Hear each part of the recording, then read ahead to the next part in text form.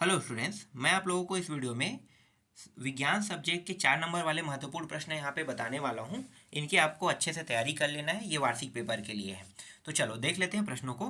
कुछ मैं प्रश्न दूंगा, ये सारे प्रश्न महत्वपूर्ण है ना। तो पहला प्रश्न क्या है, रोग प्रतिरोधक क्षमता किसे कहते हैं, वह हमारे स्वास्थ्य को कैसे प्रभावित करती है। तो रोग प्रतिरोधक क्षमता क्या होता है? रोग प्रतिरोधक क्षमता मतलब हम इसे कहते हैं WBC, वाइट ब्लड सेल को हम क्या कहते हैं, रोग प्रतिरोधक क्षमता कहते हैं। रोग प्रतिरोधक क्षमता जो है वो हमारे शरीर को स्ट्रॉन्ग करने में मदद करता है। अगर WBC मतलब वाइट ब्लड सेल की मात्रा शरीर में अच्छा रहेगा तो हम बीमार नहीं पड़ेंगे, लेकिन उसकी मात्रा कमज़ोर होने से क्या होता है, हम बीमार पड़ जाते हैं। तो जो आप लोग सोचते हो ना कि बीमार क्यों पड़ते हो, तो इसी की वजह से आप लोग बीमार पड़ते हो।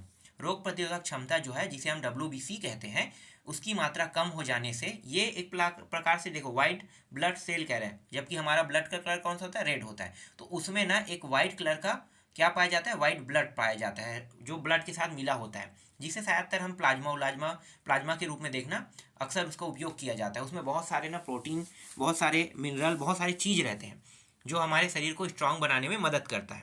और जब हम ऐसे चीज़ खाते हैं जैसे कि फल फ्रूट, ठीक है, ये चीज़ें प्रोटीन से युक्त चीज़ें, तेलहा, जो तेल है ना जिसे हम तेलहा कहते हैं, तेलहा चीज़ नहीं खाना चाहिए। तो तेल से संबंधित चीज़ों को नहीं खाना चाहिए ज़्यादा मात्रा में।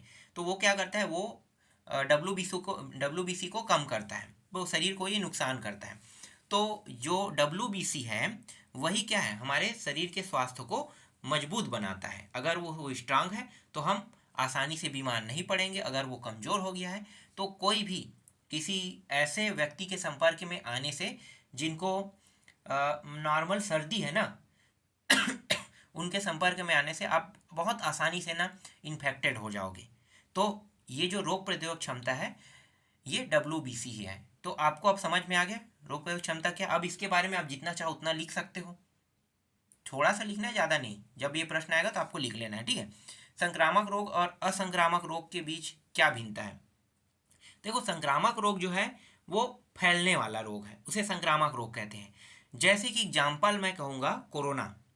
कोरोना जानते हो ना, कोरोना जो है क्या, संक्रामक रोग, एक व्यक्ति से दूसरे व्यक्ति में आसानी से फैल जाता है, ये होता है संक्रामक रोग, होता है फैलने वाला। असंक्रामक रोग, असंक्रामक रोग वे रोग है जो एक व्यक्ति में तो है लेकिन दूसरे व्यक्ति के में वो नहीं जाता है, ठीक है।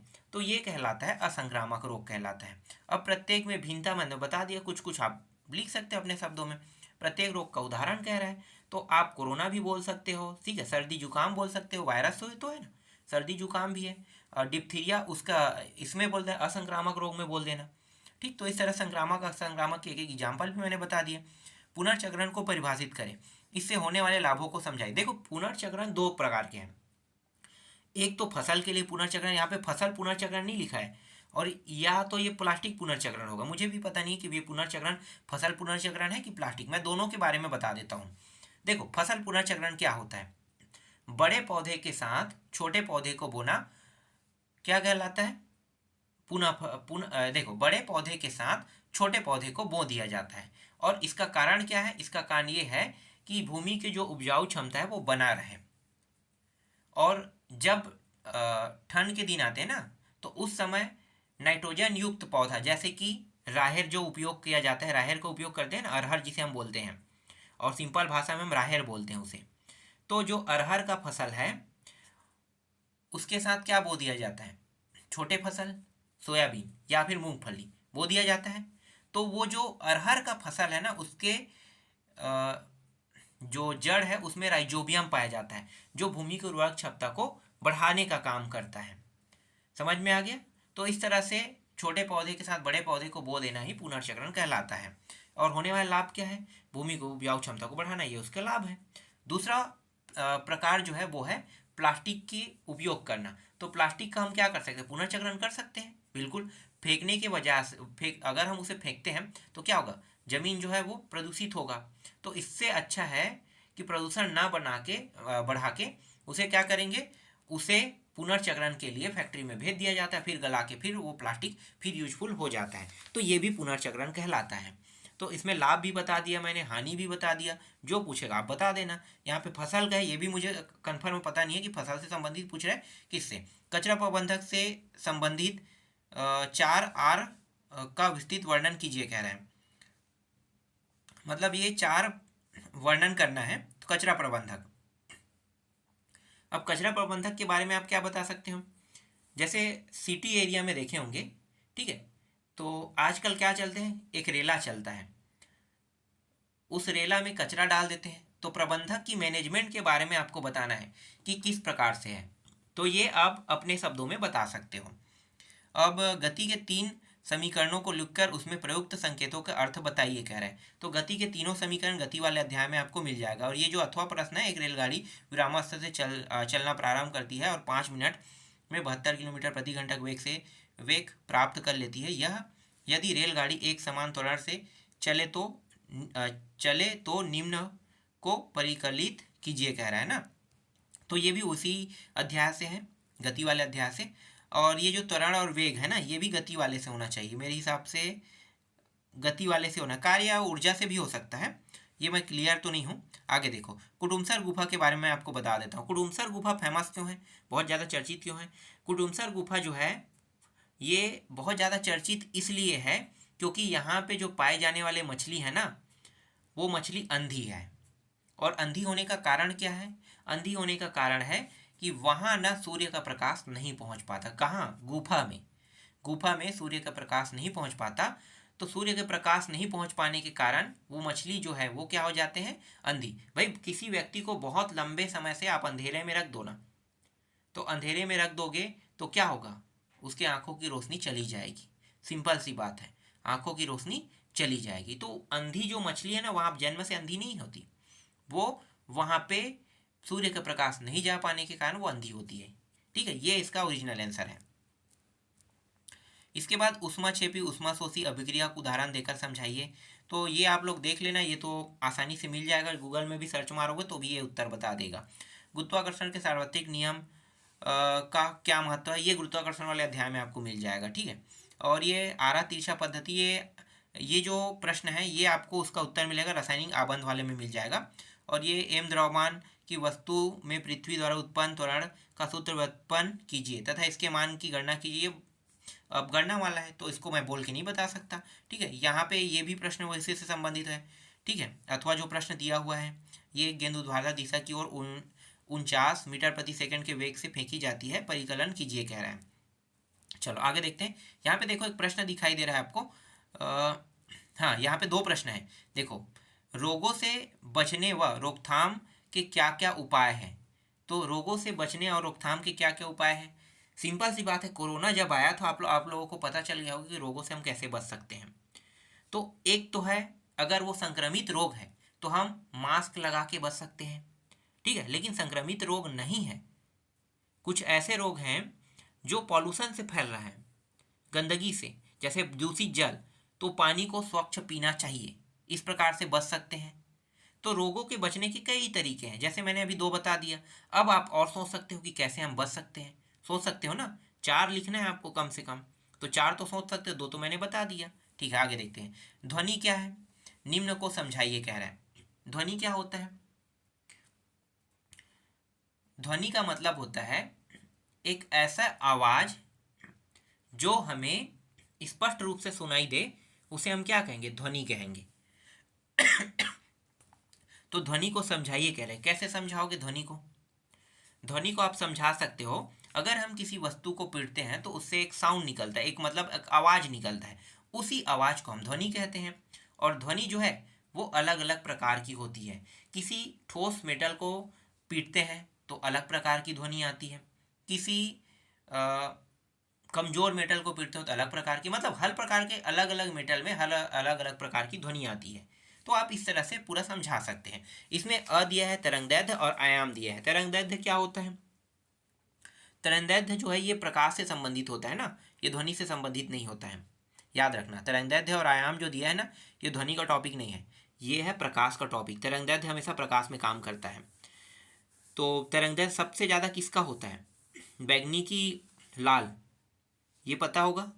ठीक है, देखना इसको। आयाम, आगे देखो, ये प्रश्न तो मैंने बताया ना दोनों प्रश्नों को। ठीक है, आगे बढ़ते हैं।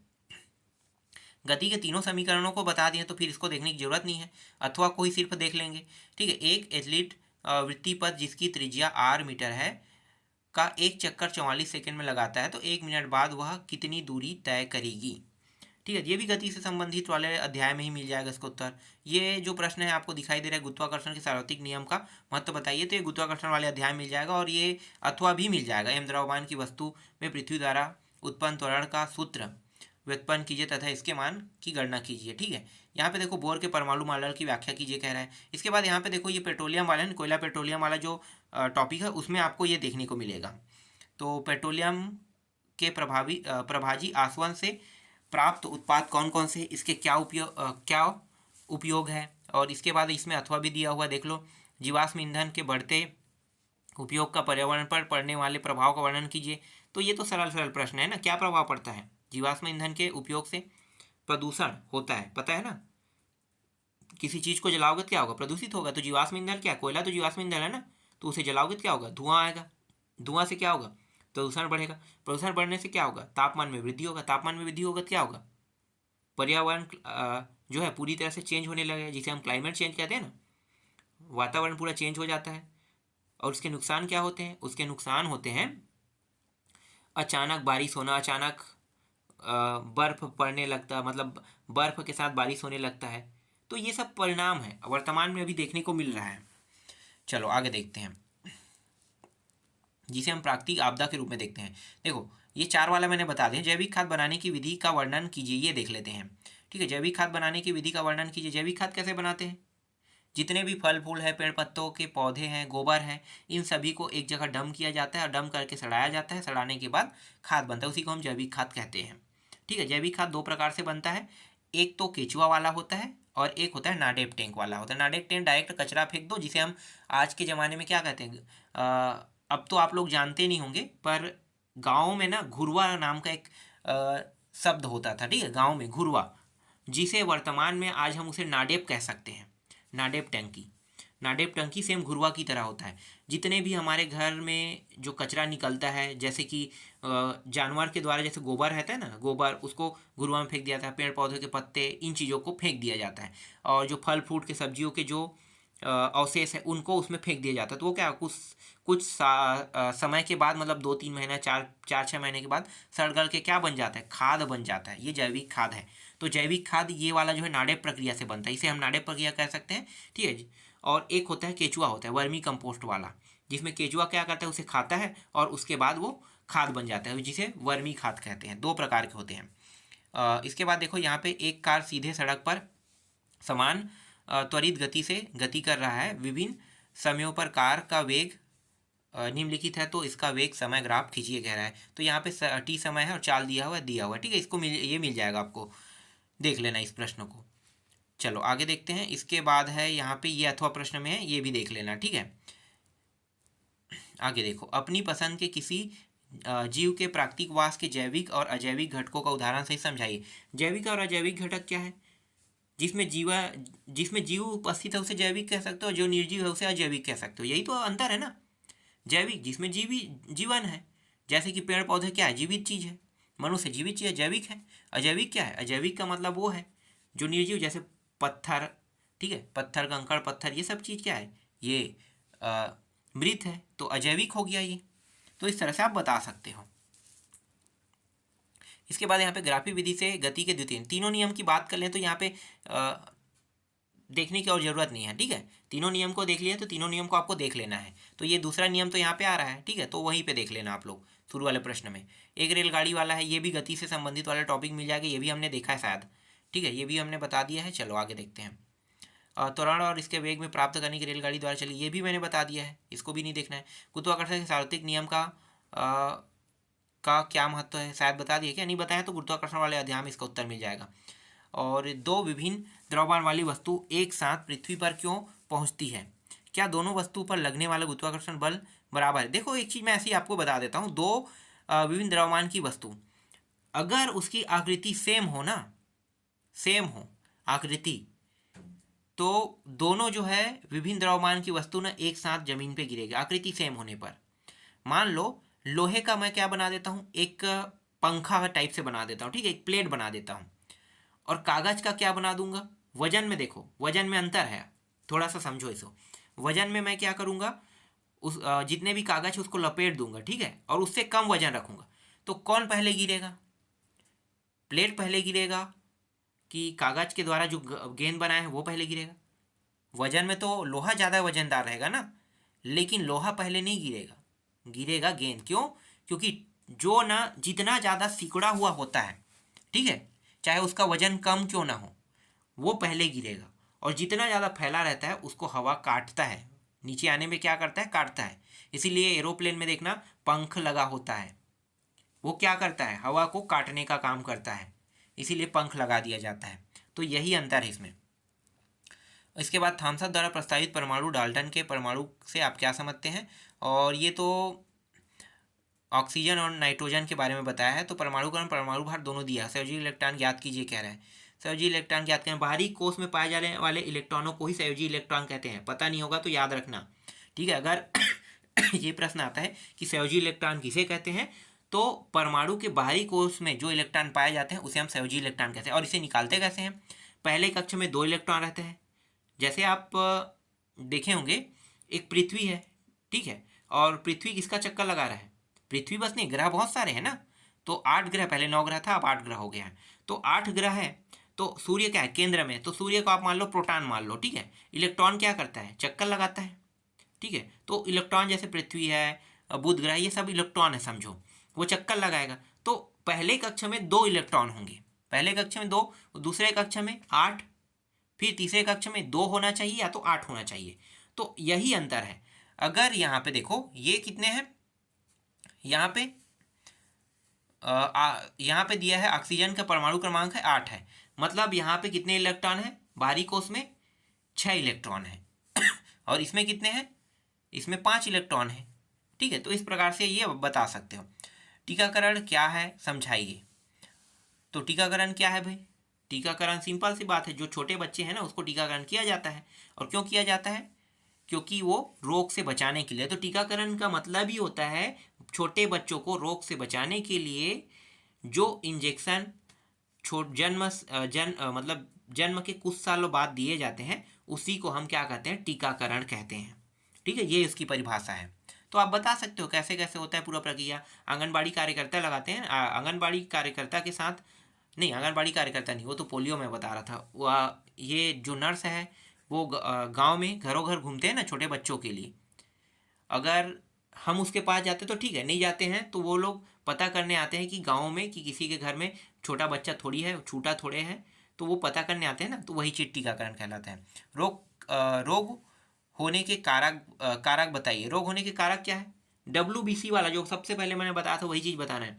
अगर हमारा इम्यून कमज़ोर है तो हम क्या होंगे, बहुत आसानी से बीमार पड़ जाएंगे।